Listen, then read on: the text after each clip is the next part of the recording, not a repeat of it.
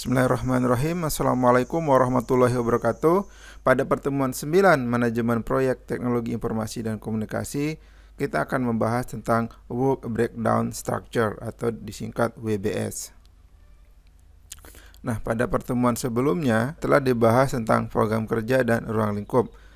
Pada program kerja, kita menjabarkan, mengurutkan, mendata uraian dari pekerjaan-pekerjaan dalam sebuah manajemen proyek, kemudian ditentukan kapan waktu mulai dan waktu berakhir dalam bentuk tabel. Pada ruang lingkup di area itu membahas tentang menghasilkan pernyataan dari ruang lingkup, kemudian rincian dari dukungan serta rencana manajemen ruang lingkup. Di sini outputnya hanya berupa pernyataan. Setelah itu dilakukan definisi ruang lingkup. Nah, outputnya, hasilnya itu adalah sebuah work breakdown structure. Nah, di work breakdown structure ini kita membuat bagan urutan dari pekerjaan dan kita breakdown. Apa sih itu work breakdown structure? Jadi work breakdown structure itu merupakan analisis berorientasi hasil dari pekerjaan yang tercakup dalam proyek yang disebut dengan total ruang lingkup proyek. Jika ditelusuri, breakdown itu memiliki beberapa arti yang muncul kalau searching di Google: kemacetan, kerusakan maupun gangguan. Nah, di sini yang digunakan adalah memberikan sebuah perincian, di breakdown. Work breakdown structure ini adalah dokumen yang fundamental, dokumen yang penting, dokumen yang dasar dalam manajemen proyek. Kenapa? Karena menyediakan perencanaan dan pengelolaan jadwal, biaya, dan perubahan-perubahan yang terjadi.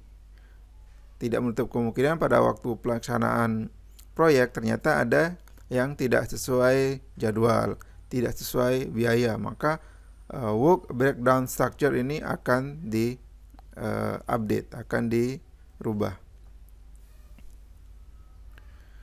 Nah, work breakdown structure itu diwujudkan dalam bentuk diagram pohon seperti gambar sebelumnya. Jadi ini adalah contoh work breakdown structure.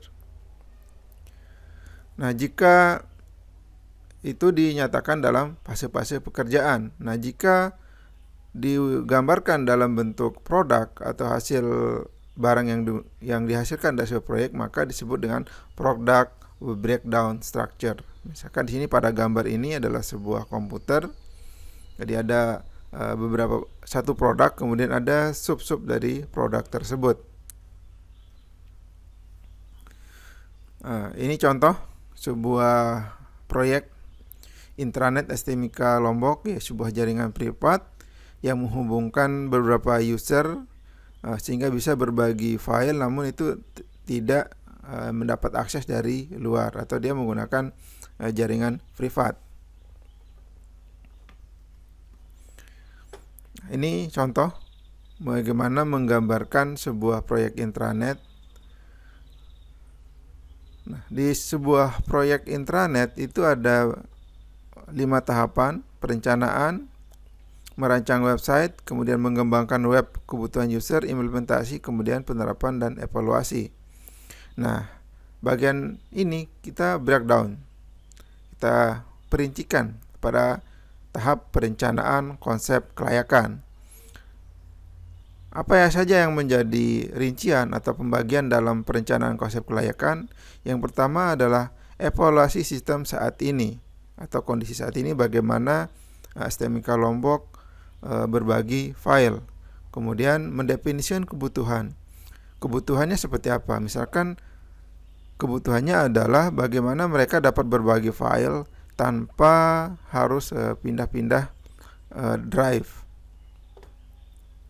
Kemudian mendefinisikan fungsi yang diperlukan. Misalnya ada fungsi untuk atasan itu dapat melihat semua file dari yang bawahan, kemudian kalau yang di bawahnya itu hanya berhak untuk mengakses file-file tertentu.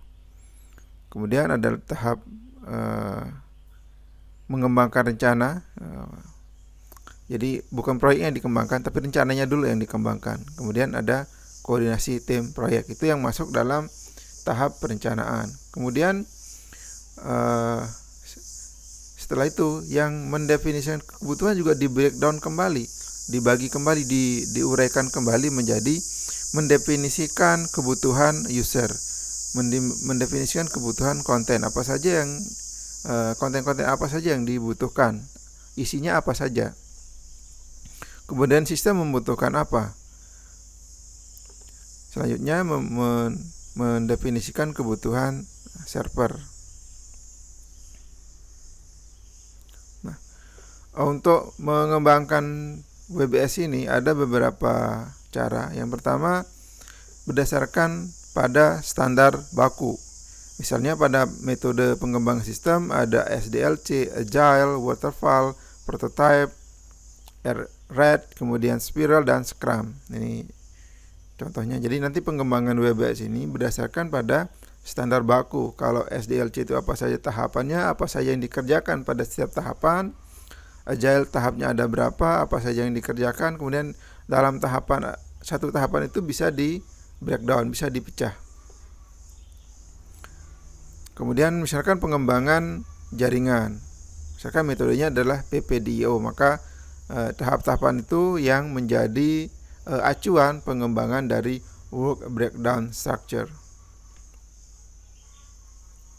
Cara yang kedua dalam pengembangan WBS yaitu pendekatan analogi.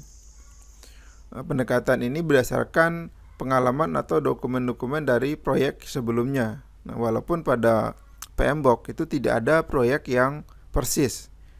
Di proyek itu bersifat sementara dan unik, tidak ada proyek yang sama persis, namun mirip atau proyek sejenis, maka itu bisa dijadikan sebagai sumber acuan dalam pengembangan WBS atau bisa menjadi diupdate WBS-nya. Pada tahun lalu kita sudah mengerjakan proyek yang sama, tahun sekarang tinggal kita tinjau kembali WBS-nya, itu bisa menjadi acuan dari pengembangan WBS.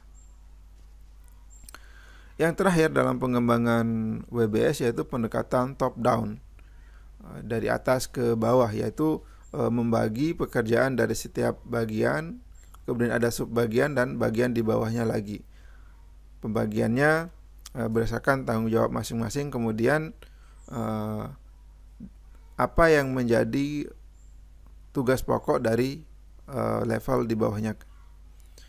Oke, jadi itu bahasan tentang work breakdown structure.